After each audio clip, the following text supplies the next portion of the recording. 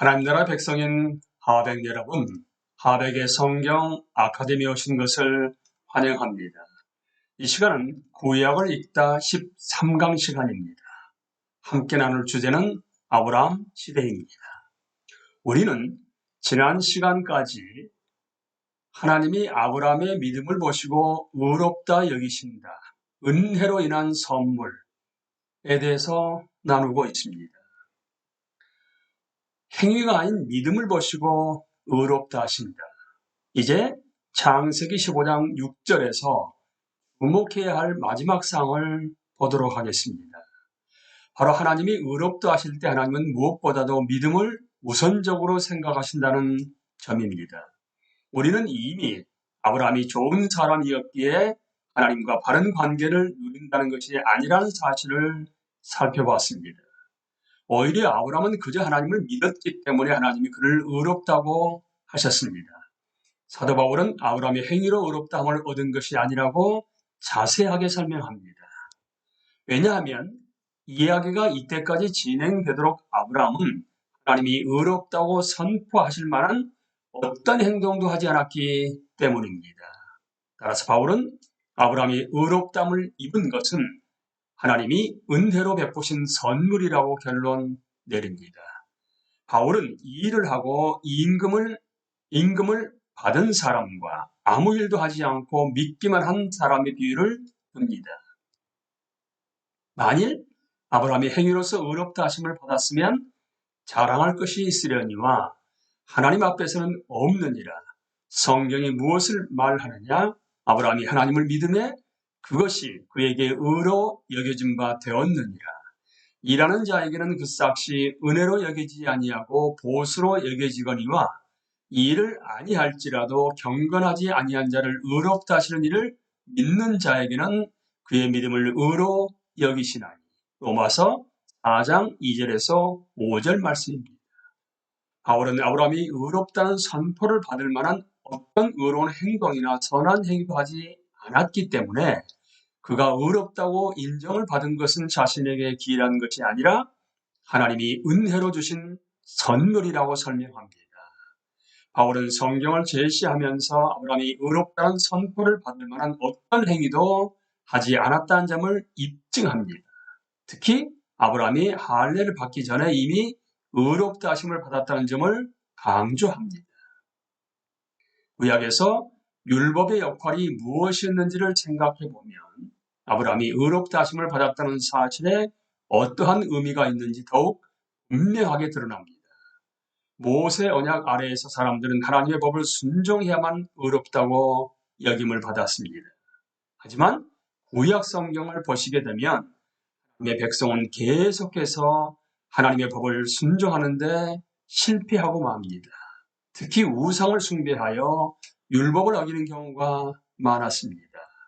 이렇게 해서 법은 이스라엘 백성에게 복과 생명을 주는 수단이 아니라 오히려 하나님의 백성이 하나님의 진노를 사서 죽음과 추방을 당하도록 했던 것입니다. 여기서 아담이 이스라엘에 있다는 사실을 우리는 기억해야 합니다. 사도 바울은 누구도 율법의 행위로 의롭다 하심을 받을 수 없다는 사실을 정확하게 파악했습니다. 율법은 진노를 일으켜 이스라엘을 하나님의 저주 아래 놓이게 만들 뿐입니다. 왜냐하면 이스라엘은 율법을 지킬 능력이 없었기 때문입니다. 하지만 율법 시대 이전인 창세기에서 이미 우리는 신의 시대에 가서야 율법에 대해서 배울 것입니다. 창세기에서 이미 사람이 율법 없이 의롭다 하심을 받을 수 있다는 진리가 나타납니다. 아브라함 시대는 아직 율법이 주어지지도 않았습니다. 그런데도 하나님은 경건치 않은 사람을 의롭다 하십니다. 어떻게 이것이 가능할까요? 아브라함은 어떤 율법의 행위도 행하지 않았기 때문에 그가 의롭다 여김을 받은 것은 하나님의 선물이며 오직 믿음으로 받은 것이었습니다. 이는 죄를 저질러 하나님의 영광이 이르지 못하는 모든 사람에게 희망의 소식입니다. 우리는 구약과 신약을 아우르는 하나님의 구속 계획을 보면서 예수께서 온전하게 순종하셨기 때문에 하나님이 아브라함에게 그러한 선물을 주실 수 있었다는 사실을 깨닫게 됩니다. 예수께서 온전하게 순종하셨기 때문에 아브라함과 우리가 의롭다 하심을 받은 것입니다. 아브라함 시대를 대변하는 그림인 선물을 떠올려 보십시오. 오직 하나님이 예수 그리스도를 통해서 은혜로운 선물을 주셨기 때문에 죄 많은 인류가 하나님과 화목할 수 있습니다. 바울은 구원을 다음과 같이 정리합니다. 너희는 그 은혜에 의하여 믿음으로 말미암아 구원을 받았으니 이것은 너희에게서 난 것이 아니요 하나님의 선물이라. 행위에서 난 것이 아니니 이는 누구든지 자랑하지 못하게 함이라. 에베소서 2장 8절과 9절 말씀입니다. 우리 역시 예수를 죽은 자 가운데서 살리신 하나님을 믿음으로써 하나님과 바른 관계를 누릴 수 있습니다. 바울은 우리가 믿음으로 의롭다 하심을 받았기 때문에 하나님과 화평을 누린다고 말합니다. 이야말로 참으로 좋은 소식입니다. 이제 우리는 하나님이 아브라함과 언약을 맺음으로써 약속을 확인하신다로 넘어갑니다. 아브라함의 언약입니다. 하나님은 아브라함이 자신과 바른 관계에 있음을 선포하신 직후 언약을 맺으십니다. 그리고 이는 아브라함 언약으로 알려져 있습니다. 하나님은 이 언약을 세우시면서 자신이 아브라함에게 땅을 주시려고 우리에서 이끈 여호와임을 밝히십니다. 아브라함은 자신이 참으로 그 땅을 소유하게 될 것을 어떻게 알 수 있느냐고 물었습니다. 그러자 언약을 맺는 공식 의례가 즉시 거행되었습니다. 하나님은 연기나는 풀무와 타는 횃불, 그러니까 하나님의 임재를 대변하는 연기나는 풀무와 특히 타는 횃불이 바로 하나님의 임재를 대변하는데요. 그 모습으로 나타나셔서 쪼갠 동물의 사이를 지나가셨습니다. 그리고 하나님은 아브라함이 깊이 잠든 중에 그의 후손이 이방에서 400년 동안 노예가 될 것이지만 그 후에 하나님은 그들을 다시 가나안 땅으로 데려오시겠다고 약속하십니다. 이는 이스라엘 자손이 애굽에서 노예가 될 것을 미리 아브라함에게 보여주신 것으로 그들은 실제로 신의 시대의 애굽을 탈출하여 그 땅에 돌아올 것입니다.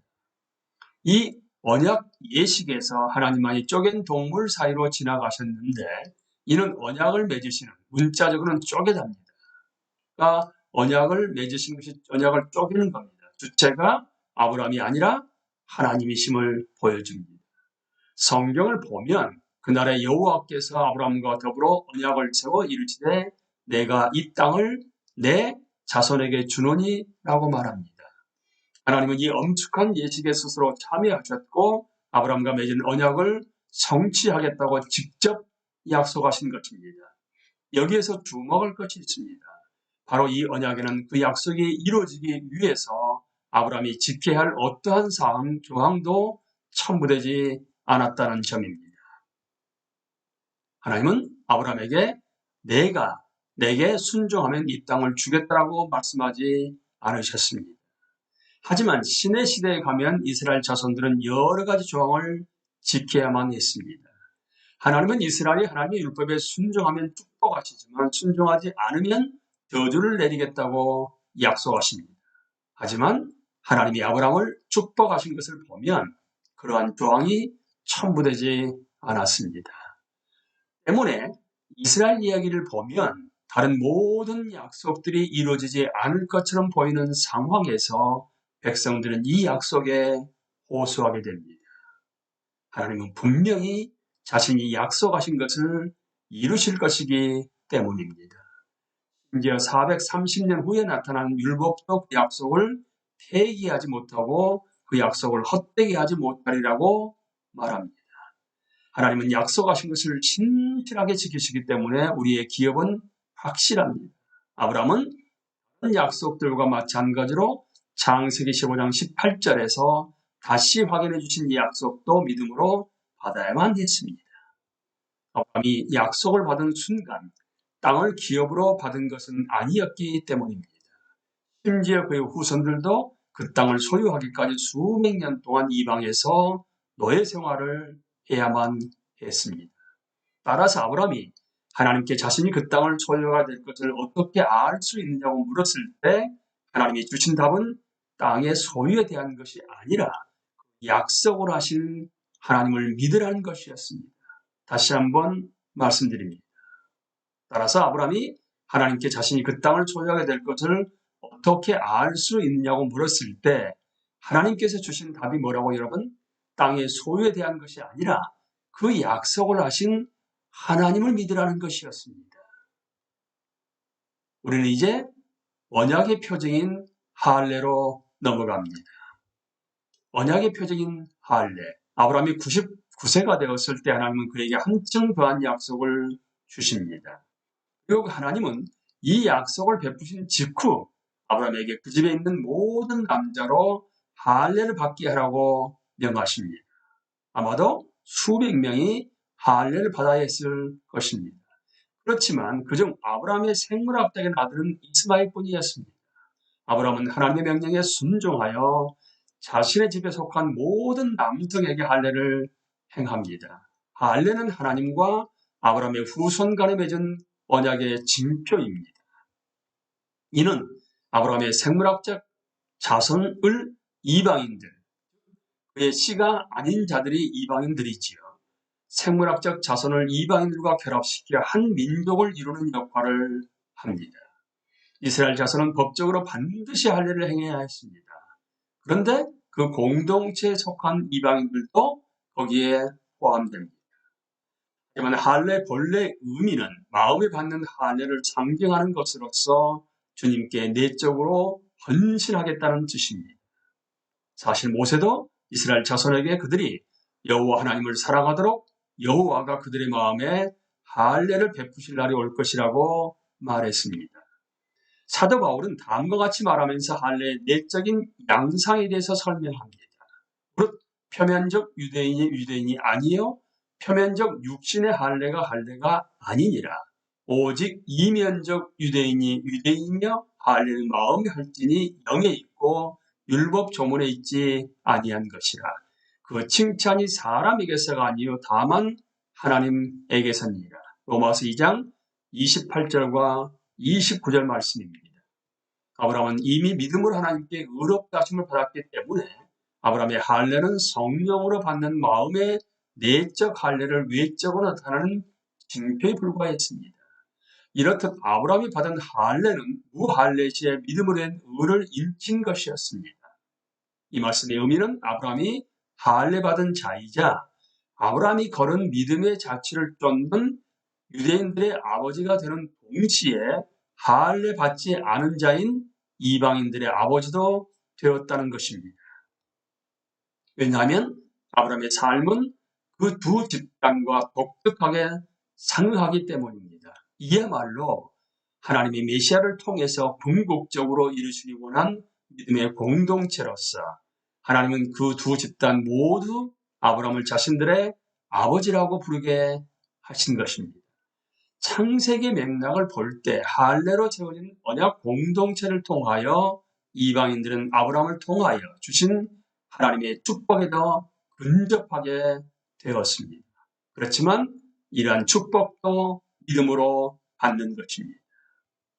우리는 이제 언약의 표징인 할례까지 함께 나누었습니다. 다음 시간에는 아브라함이 사랑하는 아들을 번제로 바쳤지만 하나님이 예비하신 대로 시작하도록 하겠습니다. 감사합니다.